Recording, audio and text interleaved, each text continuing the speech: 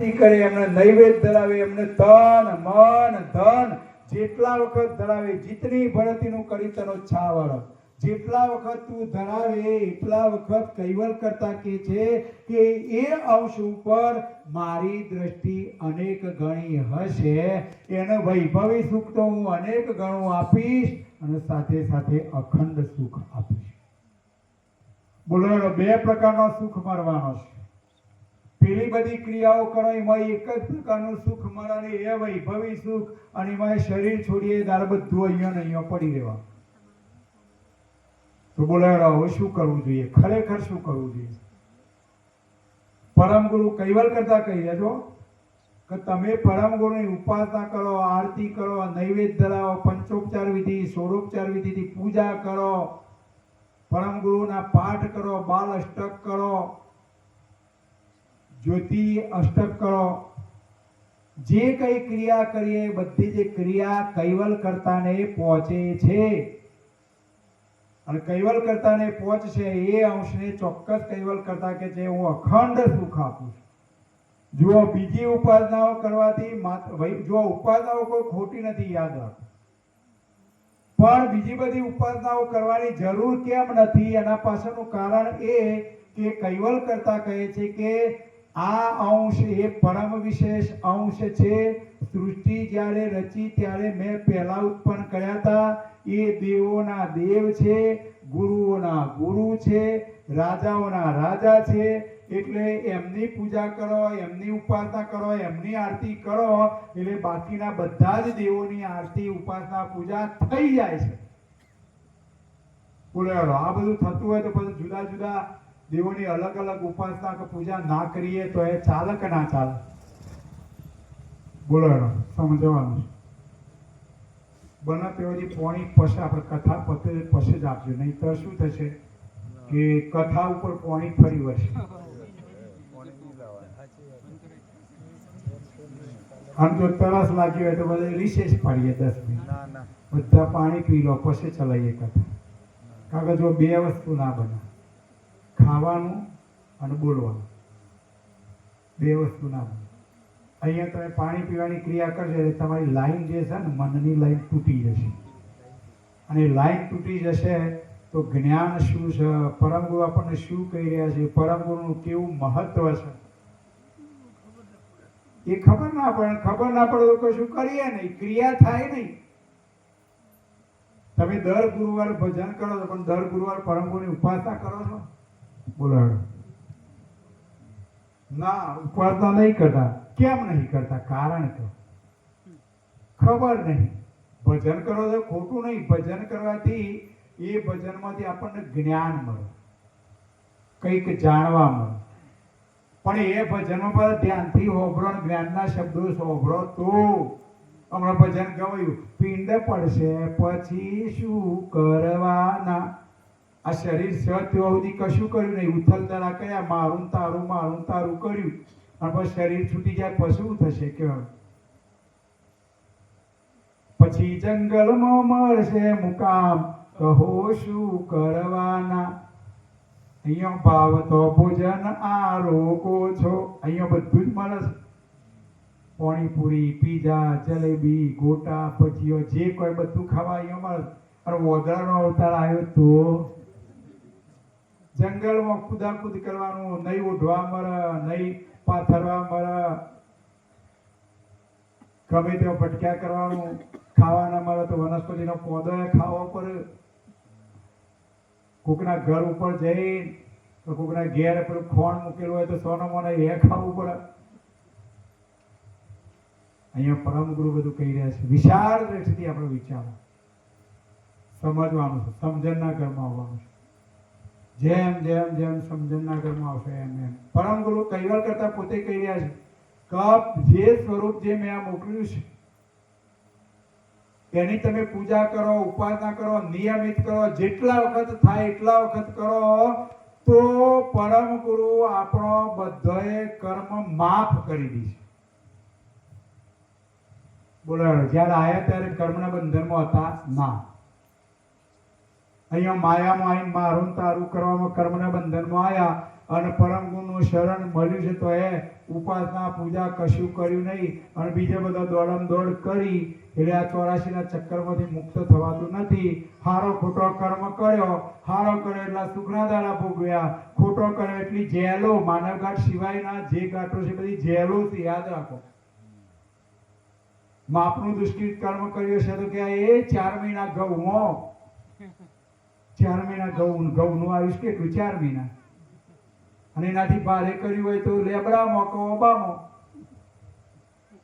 હવે લેબડો તો ઓબો છે, કોક કોરી મારે તો તમને અત્યારે કોક કોરી મારે તો શું કરો?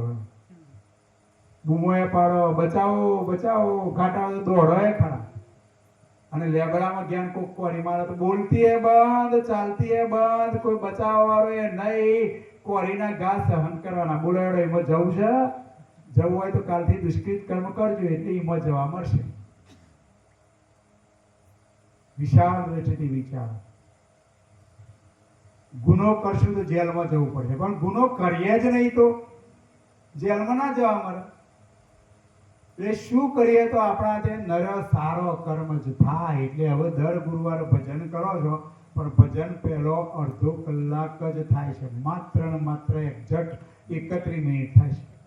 જો ઝડપી બોલો તો 28 મિનિટમાં પતે, વધારે થોડી ધીમા ધીમા લેખા કરીને બોલો તો 31 કે 35 મિનિટ થાય બસ. એટલે હવેથી તમારા પરમ ગુરુનું સ્થાપન કરવાનું અને દરરોજ પહેલી પરમ ગુરુની ઉપાસના કરવાની. ઉપાસના કરો એટલે જે પરિવારના ઘેર ઉપાસના થાય એના આરતીનો લાભ મળે. અરે પરમ ગુરુની પૂજા કરવાની. પહેલા પંચોપચાર વિધિથી ફૂલ, ચોખા અને ચંદન અને ગજવામાં જે 5, 10 રૂપિયા, 50 રૂપિયા, લાખ રૂપિયા હોય બધા અર્પણ કરી દેવાના. અને પછી છેલ્લે આપણે ઉપાસનામાં આરતી એ હોય એટલે 5 વિધિ થઈ કે નથી. સવારે આપણે 5 વિધિ કરાવવાના છીએ આ પરિવારને. પંચોપચાર વિધિથી પરમ ગુરુ પૂજા જીતની ફળ તેનું કરી તેનો ચાલ. એવું નહીં પછી મેં કાલે પૂજા કરી દીધી આજે ના કરું, એવું નહીં વિચારવાનું. તો બધું એવું એ ચાલક પાછું કાલ ખાધું તું તે આજે ના ખાવું તો એ ચાલશે. અમારા બહેનો તો પછી કહેવું કે અમારા માજી ભજન કરે છે એટલે હું ભજન ના કરું તો એ ચાલશે. તો માજી ટાઈમો ટાઈમ ભોજન કરે છે તો હું એ ભોજન ના કરું તો બોલતો નહીં, ચાલશે ને? ના ચાલે. યાદ રાખો, જેટલી જરૂરિયાત ભજનની છે એટલી જ જરૂરિયાત ભોજનની છે. જેટલો ટાઈમો ટાઈમ ભોજન કરીએ છીએ એ જ રીતના ટાઈમો ટાઈમ પરમ ગુરુની ઉપાસના, આરતી, ભજન, કીર્તન કરવું જ પડશે. અરે નિયમિત દરરોજ નહીં તો અઠવાડિયામાં એક દાડો તો કરો, અડધો કલાક જ. અમારા હાથીપુરાની અંદર તો 1992 થી ચાલે છે.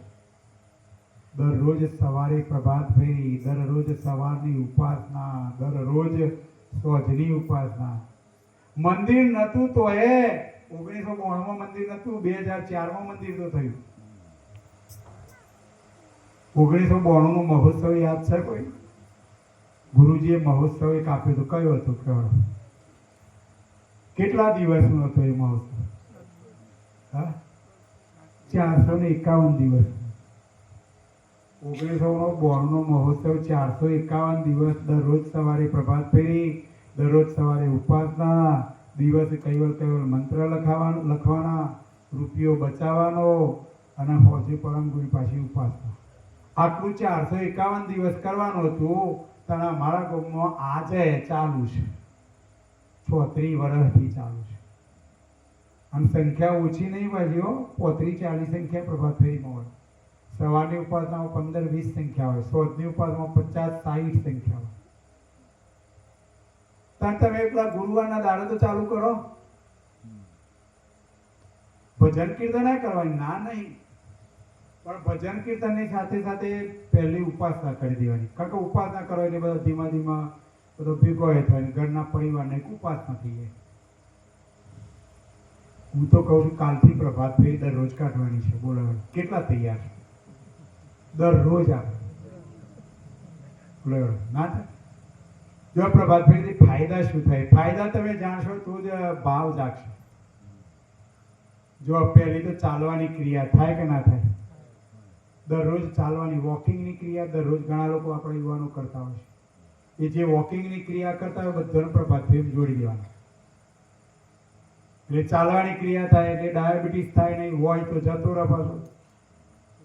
જોર જોરથી કૈવલની ધૂન બોલવાની એટલે અંદરની ખરાબ હવાઓ બહાર નીકળી જાય અને સવારની સરસ શુદ્ધ હવાઓ શરીરમાં આવે એટલે કોઈ રોગ ના થાય. બે ફાયદા થયા કે ના થાય. અને ત્રીજો ફાયદો કયો? જોરથી તાલી પાડવાની પાછી. ધૂન બોલી એટલે તાલી પાડવાની એટલે અહીંયા એક્યુપંક્ચર થાય એટલે આ શરીરની બધી નસો હોય ને એ બંધ થઈ જાય, ખુલી જાય પાછી. તાળીઓ પાડો ને એટલે ખુલી જાય પાછી. અને એનાથી મોટામાં મોટો ફાયદો તાળીઓ પાડવા માટેનો અવતાર લેવો નહીં પડે. લાઈટ થઈ રોડ ઉપર ઉભા છે ને એ રે અવતાર ના લેવો પડે. આ રોજ પ્રભાત ફેરી કાઢો અને તાળીઓ અત્યારે જ પાડી દો તો સ્પેશિયલ અવતાર લેવો પડશે નહીં. જો આ બધું સમજવાનું છે આપણે. અને આવી બધી વાતો પરમ ગુરુએ ગ્રંથોમાં કરેલી જ ભાઈ, નહીં કરેલી એવું નહીં. પણ આપણને બધાને ખબર નથી એનું કારણ શું. પૂરા હાથ ઊંચો કરજો. અહીંયા બેલથાઈમાં ધાર્મિક પરીક્ષા કેટલા લોકો આપે છે? કેટલા લોકોએ 7 શ્રેણીની પરીક્ષા પાસ કરી? બસ 2 જણા.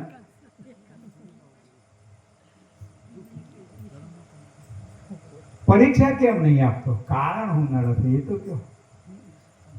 તકલીફ પડે કારણ કયો? અમારા ગામમાંથી લગભગ 25 જણા તો 7 શ્રેણીની પરીક્ષા પાસ કરી દીધી અને 300 લોકોએ પરીક્ષા આપી.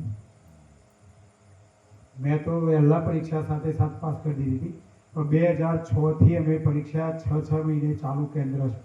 આ વખત તો અમારા જે જાગૃત પરીક્ષાનું સંભાળ છે કે આ વખત 75 પરીક્ષાર્થીઓ તૈયાર કરવાના છે પરીક્ષા આપવા માટે.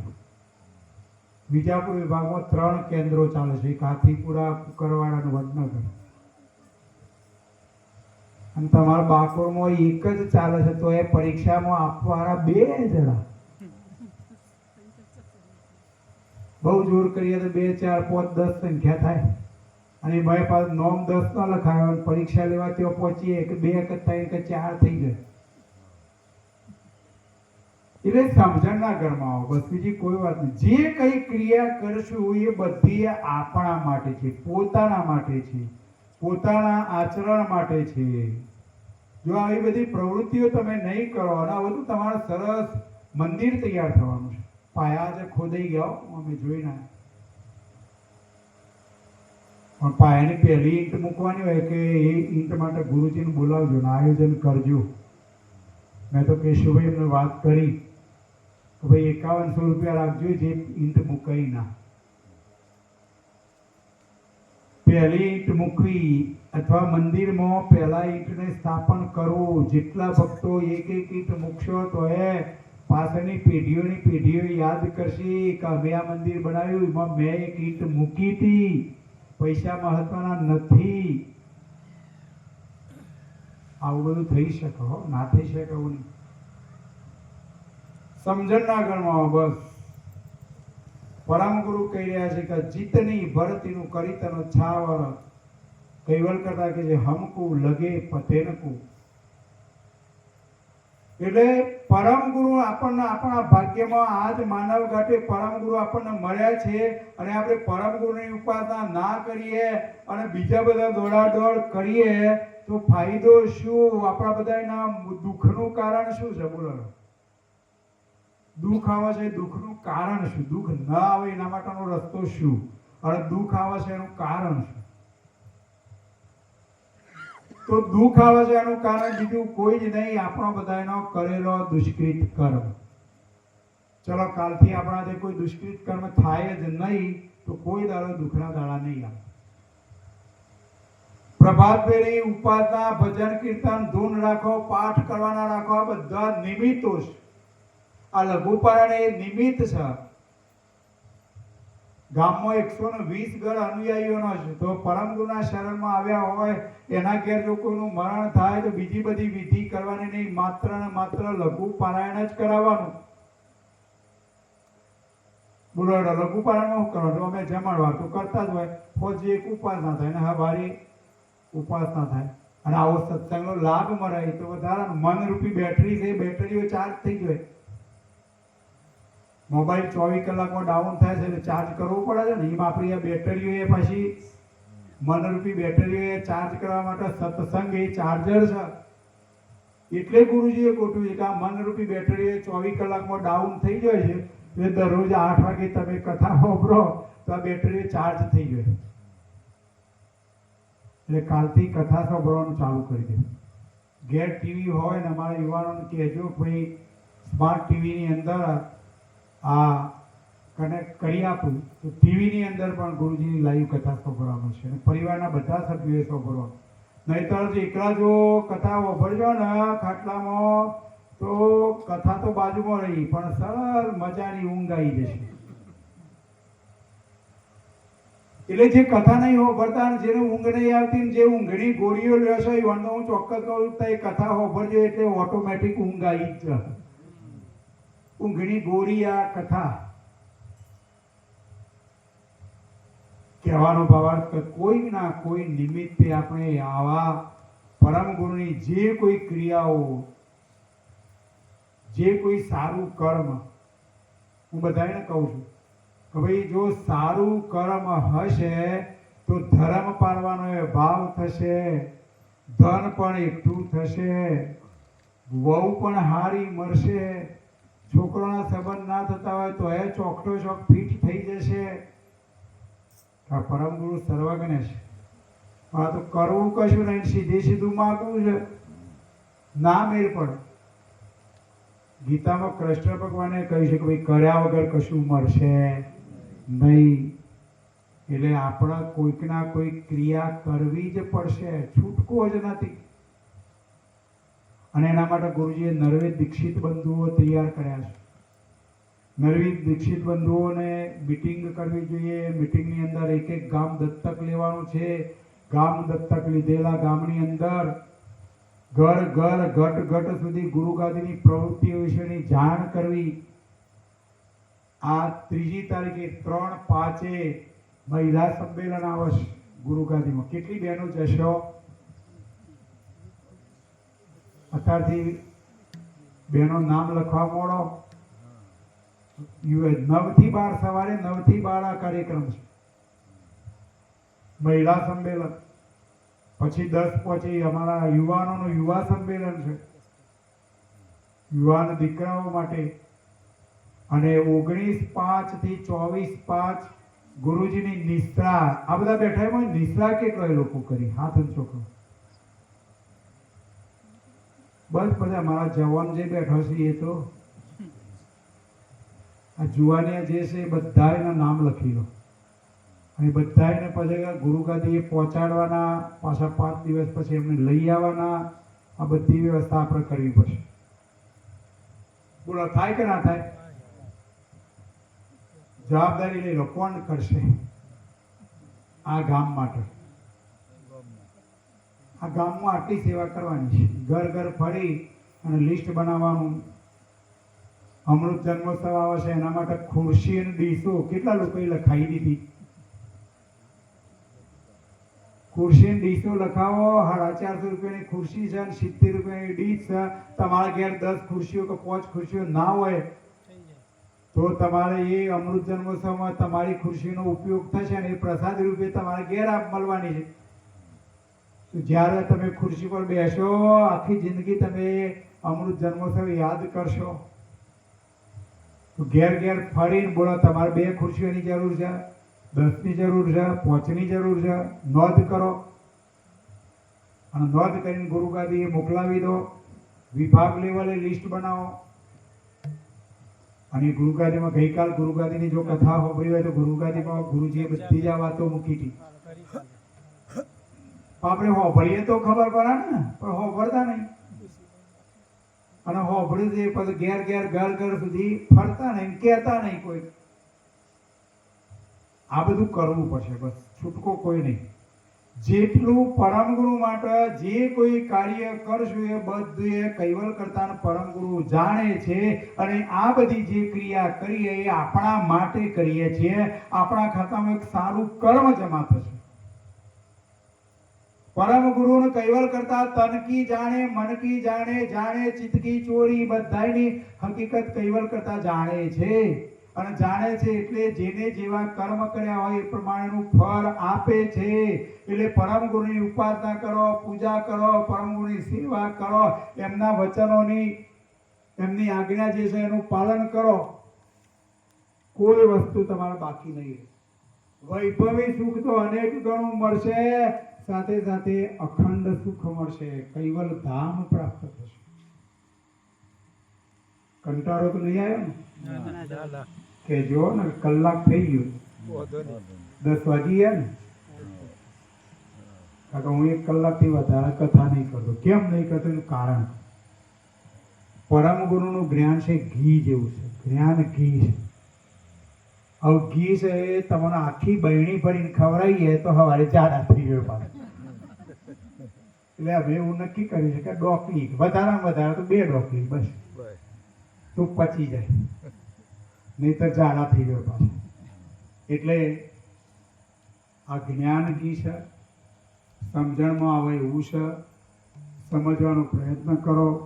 પરમ ગુરુની એક ચોપાઈનો અભ્યાસ કરો. જ્ઞાન પૂરું નહીં થાય, આપણે પૂરા થઈ જઈશું. પણ આ જ્ઞાન છે એ જ્ઞાન સંપ્રદાય છે, કોઈ વાડો નથી. યાદ રાખજો.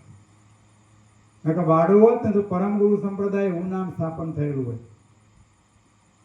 આ જ્ઞાન સંપ્રદાય છે અને જ્ઞાન સંપ્રદાય એક નદી છે.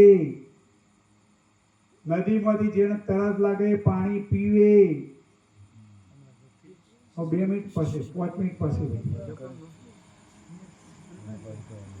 કહેવાનો ભાવાર્થ કે જેને તરસ લાગી હોય એ પાણી પીવે. પરમ ગુરુ કીધું હું કૈવલ કરતાના હુકમથી આવ્યો છું, તને જ્ઞાન સમજાવું છું, હું કહું છું એમ કર, નહીતર 84 ના ફેરા ફર. એટલે હવે તમારે એમ નહીં કહેવાનું અમારું જ્ઞાન, મારા પરમ ગુરુ. મારા કહો તો ચાલે, આ તો મારા પરમ ગુરુ. મારા પણ આનો દાવો છોડી દો, મારો તારે છોડી દો. ભલે ગમે ત્યાં સંપ્રદાયનો હોય તો એ નિયમ જ કહેવાનું કે આપણા પરમ ગુરુ, આપણા કૈવલ કરતા, બધાના રચયિતા એક જ છે. અને એક છે બે દરેકનો મોડલ પણ એક જ છે, લોહીનો રંગ પણ એક છે, અરે ક્રિયાઓ પણ એક છે. બોલો બધા એને ખાવા જુઓ છે કે નહીં જોતું? અને જે ખાઈને ઊંઘવા જુઓ કે ના જુઓ? ઊંઘાઈને સ્વપ્ન આવે કે ના આવે? સ્વપ્ન આવે એટલે ડર વાળો આવો, પાછો બીક લાગે હોય સ્વપ્ન આવે છે, ના આવતો એવું નહીં. અને એવું સ્વપ્ન આવે તો ભી ભી ભી ભી થઈ જાય, પાછું ઊંઘવાય ભીલાય એવું સ્વપ્ન આવે તો. કહેવાનો ભાવાર્થ કે જે ઊંઘાય એના ડર પણ હોય. અને છેલ્લી પ્રજોક્તિની ક્રિયા, આહાર, નિંદ્રા, ભય અને મૈથુન, 4 પ્રકારની ક્રિયાઓ સૃષ્ટિના સર્જનારે તમામ ગાંઠોને આપેલી છે.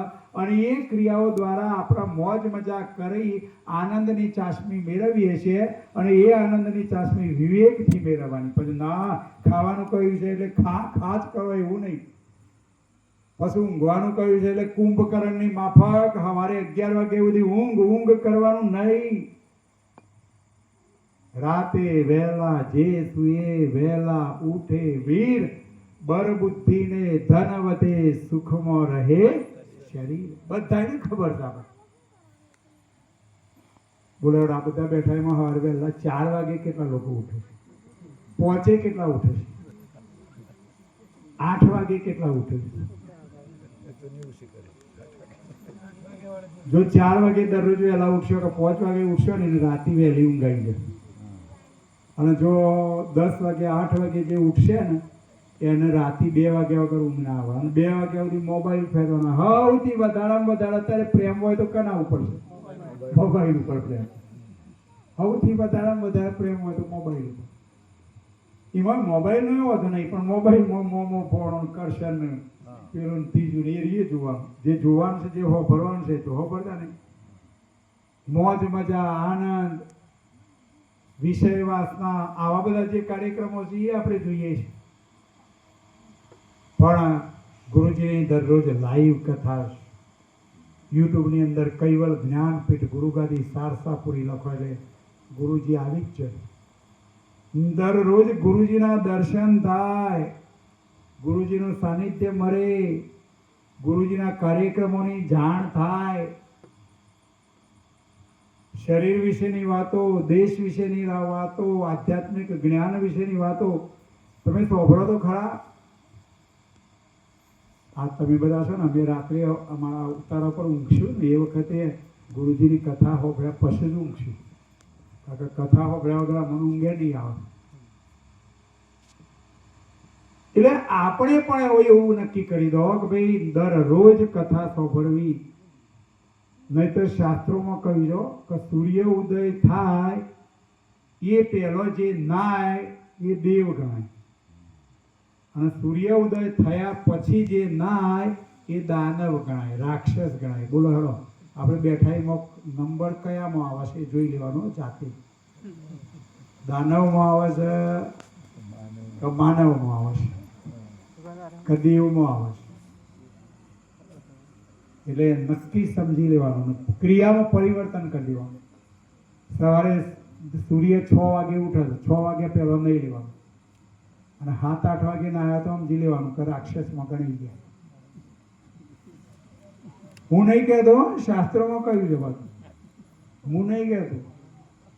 તમારે એ પ્રમાણે આચરણ કરો તો બરાબર, કરવું હોય એને કરવાનું. પરમ ગુરુ કહ્યા છે, મુખ્ય ને કલ્પના જલ્પના મનતણી તુજ વિના અન્ન નહીં કોઈ દૂજો. હે અંશ, તારા મનની અંદર બીજી બધી થતી કલ્પનાઓ જલ્પનાઓ તું છોડી દે. તું તારો વિચાર કર, તું કોણ છું, ક્યાંથી આવ્યો, તને ઉત્પન્ન કરનાર કોણ, આ શરીર છોડીને તું ક્યાં જવાનો, આ સૃષ્ટિ કઈ રીતના ઉત્પન્ન થઈ, કઈ રીતના આ સૃષ્ટિ ચાલી રહી છે, આ સૃષ્ટિ ક્યાં સુધી ચાલશે. આ બધી હકીકત આપણને પરમ ગુરુએ પહોંચવાના જ્ઞાનની અંદર સમજાવી. તો આપણે સમજવાનો પ્રયત્ન કરશું. એ પ્રમાણે આ પરમ ગુરુના વચનોને હૃદયમાં ઉતારીશું. કાલે સવારે વહેલા પ્રભાત ફેરી. બોલો કેટલા વાગે? 8 વાગે? 8 વાગે ઉઠતો હોય તો 8 વાગે. સવારે પ્રભાત ફેરી 5 વાગે કે 5:30? 5:30 સમય રાખો. બરાબર? 5 રાખવો છે? 5:30. બધાને 5:30 અહીંયા આવી જવા. બરાબર? અહીંથી પ્રભાત ફેરી નીકળશે. તમારે જો રાઉન્ડ કરવો હોય 15 મિનિટ 20 મિનિટ સુધી આપણે પ્રભાત ફેરી કરશું. બરાબર? કેટલી બહેનો ભાઈઓ કેટલા આવશે? હાથ ઊંચો કરો, એ મને ખબર પડે. હવારે પ્રભાત ફેરી બસ 2 4 5 7 10 બસ એટલા જ આવશે. ના, કાલ તો આવું જ પડશે.